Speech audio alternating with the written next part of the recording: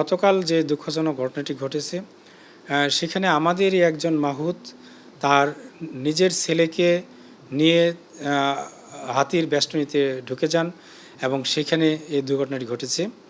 সেইখানে গত রাত্রে এই ছেলেটির দাফন সম্পন্ন হয়েছে। আমরা সার্বক্ষণিকভাবেই এই হাতির মাহুতের সাথে তার পরিবারের সাথে যোগাযোগ রাখছি। এটি আসলে একটা অপূরণীয় ক্ষতি। তাকে সান্ত্বনা দেওয়ার ভাষা আসলে আমাদের কারোরই নেই। আমরা আমাদের ভাষায় তাকে চেষ্টা করছি স্বাভাবিক অবস্থায় ফিরে নিয়ে আসার জন্য। আমরা আশা করছি, তার জন্য দোয়া করি, আল্লাহ তাআলা তাকে ধৈর্য ধরার তৌফিক দান করুন, তার পরিবারকে এই শোক সইবার তৌফিক দান করুন। আমরা এই ঘটনাটির পরে আমাদের যে হাতিগুলো আছে সেই হাতিগুলোকে আজকে আর তার এক্সারসাইজ গ্রাউন্ডে আমরা বের করিনি। আমরা তাদের নিজস্ব যে আস্তাবল রয়েছে সেখানেই আটকে রেখেছি এবং সেখানে তাদের পরিচর্যা করা হচ্ছে। আমরা আসলে অবজার্ভ করছি এই হাতি, যে হাতি একটা মানুষকে হত্যা করলো, সেই মানুষটির আজকে তার মানসিক অবস্থা কী, তার কোনো আনরেস্ট কন্ডিশন আছে কি না, সেই বিষয়গুলো আমরা অবজার্ভ করছি। আসলে তাকে আমরা বেশ কিছুদিন অবজার্ভ করার পরে আমরা সম্পূর্ণ স্বাভাবিক না দেখা পর্যন্ত এই হাতিটিকে আর আমরা তার এনক্লোজার থেকে বের করতে চাচ্ছি না।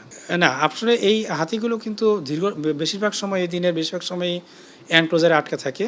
তাদেরকে দিনের একটি সময়ে এই এক্সারসাইজ করানো হয়।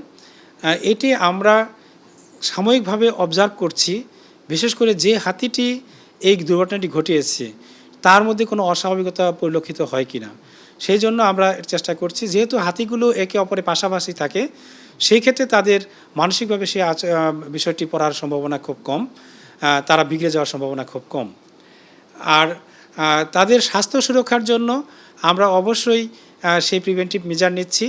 তাদেরকে শান্ত করার জন্য যে সমস্ত ব্যবস্থা নেওয়া যায় সেই ব্যবস্থাগুলো আমরা করছি। আর তাদের এক্সারসাইজের যে ব্যবস্থা সেটিও আমরা সহসাই আর এই এক্সারসাইজ গ্রাউন্ডে নিয়ে আসার কথা ভাবছি না। তাদেরকে এনক্লোজারের ভিতরে রেখেই আমরা এই এক্সারসাইজ করানোর ব্যবস্থা নেব।